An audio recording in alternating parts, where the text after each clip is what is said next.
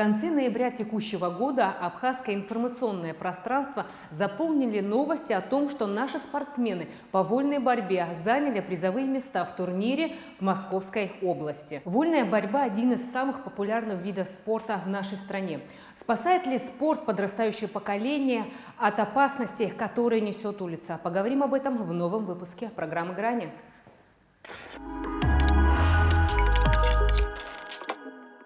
Всем добрый вечер, я Джопо Даниэль, занимаюсь спортом уже 8 лет, тренируюсь в клубе ЦСКА. Спорт закаляет характер и крепость духа.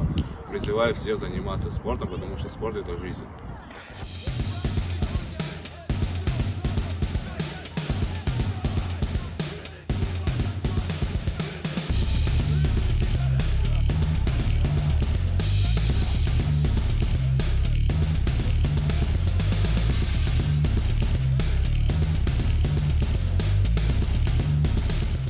Совсем недавно в подмосковном Раменском завершились соревнования по вольной борьбе «Юность России».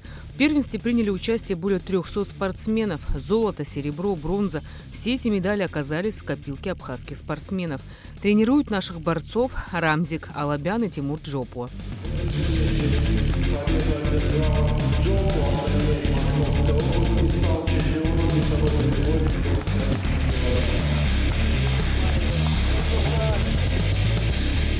Турнир в Москве 26 ноября по 29 ноября проходил в Москве турнир. Всероссийский турнир назывался «Юность России». Вот. Участвовало 8 человек абхазцев. Из 8 человек 7 человек, которые находятся, один в Калининграде, кто-то в Питере находится, другие мальчики в Москве находятся. Вот, и отсюда один мальчик с нами поехал. Значит, выиграли 2 первых медали. Это весовая категория 65 килограмм и 120 килограмм. 65 Пандария Баграт выиграл, а в 110 килограмм Джопо Даниэль выиграл. Значит, второе место также в 65 Квицини Астамур занял. И третье место в 65, категории 65, Харчилава Даниил. Нужно курировать, надо вести их, надо помогать им. Если у нас была бы возможность, я думаю, что, как Денис Царгуш, еще минимум 2 или 1 из ребят этих выиграл бы такие существенные соревнования. Детская юношеская спортивная школа столицы ставит перед собой задачу привлечь максимально возможное количество детей, проявивших интерес к спорту. Опытные тренеры способны достаточно быстро определить, какой вид спорта предложить ребенку. Ну, у нас начинающие с 6 лет, 7 лет дети приходят. Вот, мы их доводим до 17-16 лет, и так как нет у нас условий, мы перспективных, и кто хочет заниматься дальше, передаем в российские клубы, где с ними дальше профессионально занимаются. Вот.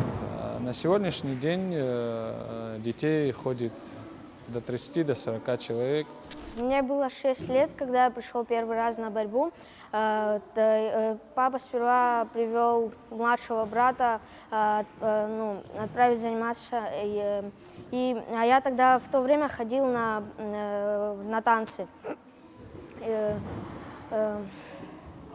Как так получилось, что ты танцем сюда попал? Тренер сказал, чтобы я тоже вышел на ковер и потренировался, и с тех пор я тренируюсь здесь. Стимулировать, поощрять за победы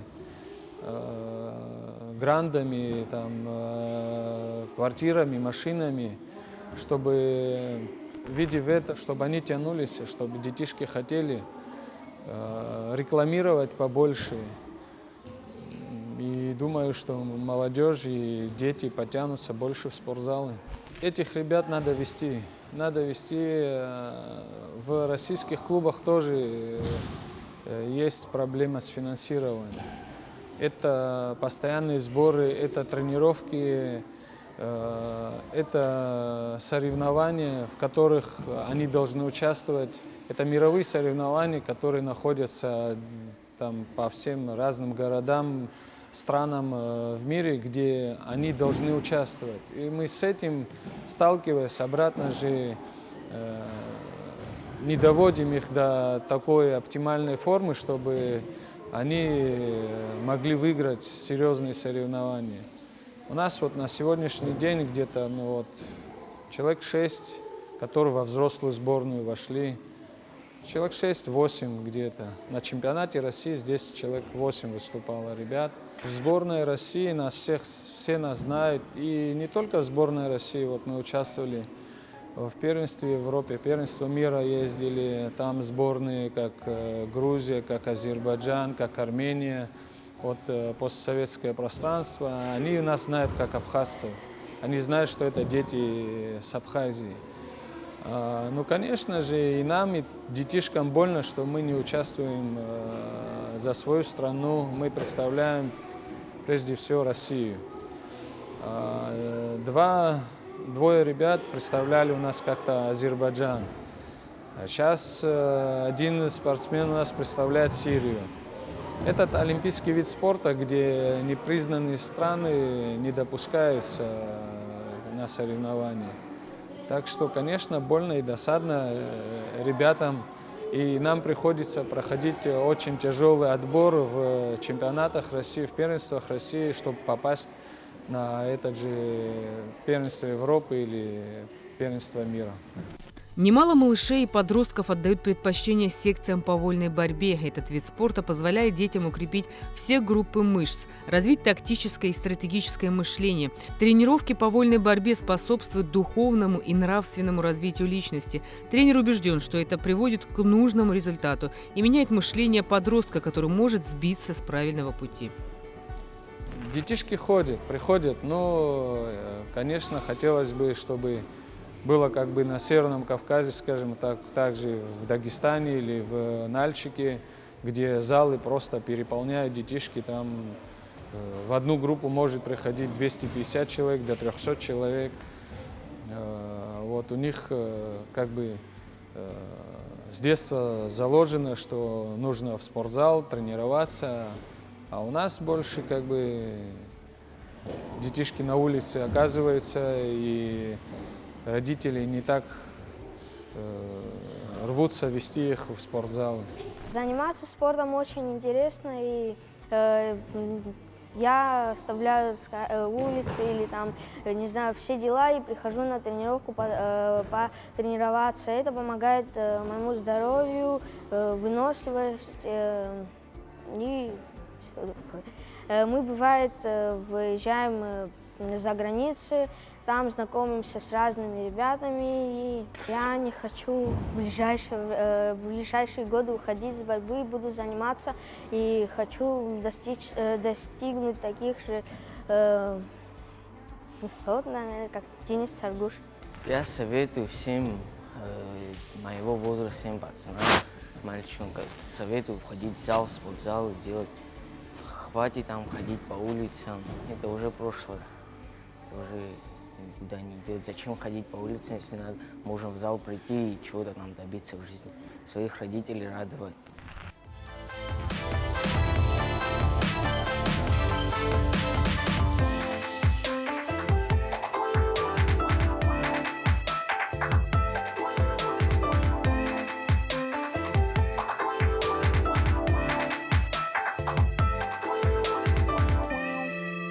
Never thought that we'd go this far.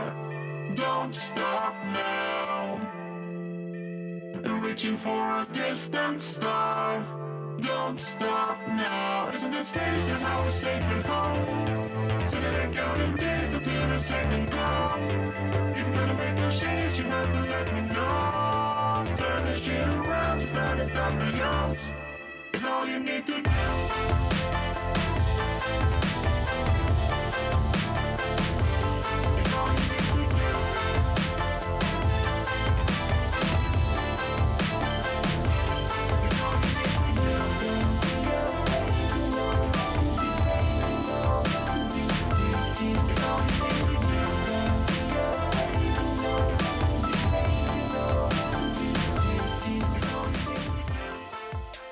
В зале детской юношеской спортивной школы косметический ремонт проводился в 2003 году.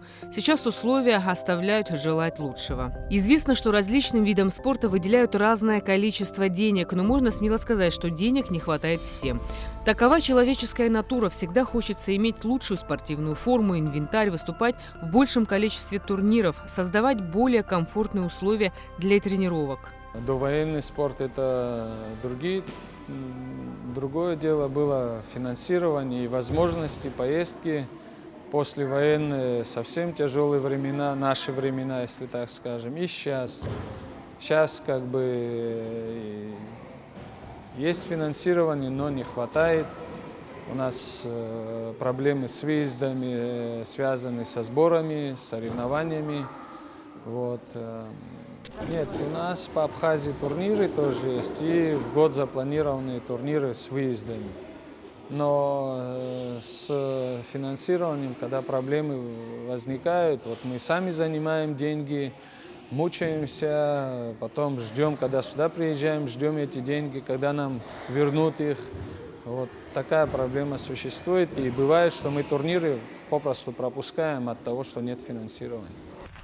Именно с этого зала свою спортивную карьеру начали такие спортсмены, как Асламбек Гварами, Багратион Пандари, Инал Джопо, Георгий Адлиба и многие другие ребята, которые завоевали призовые места в международных соревнованиях.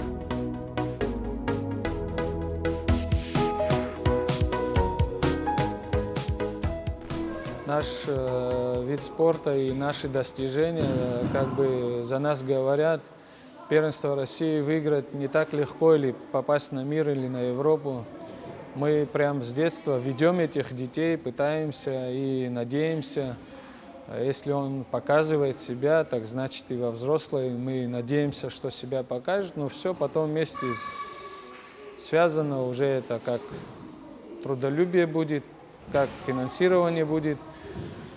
Как этого человека, ребенка будут вести дальше тренера, остальные, кому мы передаем, вот как его судьба складываться будет по спортивной части. Ну, у нас как-то так традиция заложилась, что этот вид спорта вообще бесплатен у нас. У нас каждодневная работа с 5 до 7 одна группа, и с 7 до 9 другая группа детей занимаются. Для начинающих в неделю 3 раза, вот, а те, которые уже ходят, занимаются, готовятся к соревнованиям, у них каждый день эти тренировки проходят. Есть возможность, очень большая возможность, есть возможность не отбираться в первенстве России, в чемпионатах России, потому что там очень жесткий отбор. Все чемпионаты мира, Европы, Россия доминирует в этом виде спорта. Они фактически завоевывают все медали. И нам приходится у них отобрать, как говорится, путевку на этот мир или Европу и попасть вот туда. И это очень сложно. Сейчас, на сегодняшний день, можно бороться за другие страны, можно участвовать за другие страны. Ну вот как сейчас Бачгур Хутаба попал за Сирию на Олимпийские игры. Он отобрался, получил лицензию на чемпионате мира и в следующем году примет участие на Олимпиаде. Меня привели в 7 лет, привел меня папа. Я посмотрел, мне понравилось. Мы выезжаем на турниры, отбариваемся, гуляем, знакомимся. Сегодня спорт очень выдающийся, надо тренироваться, ходить, без разницы, какой бы ни был бы вид спорта. Я призываю всех вести правильный образ жизни, заниматься спортом.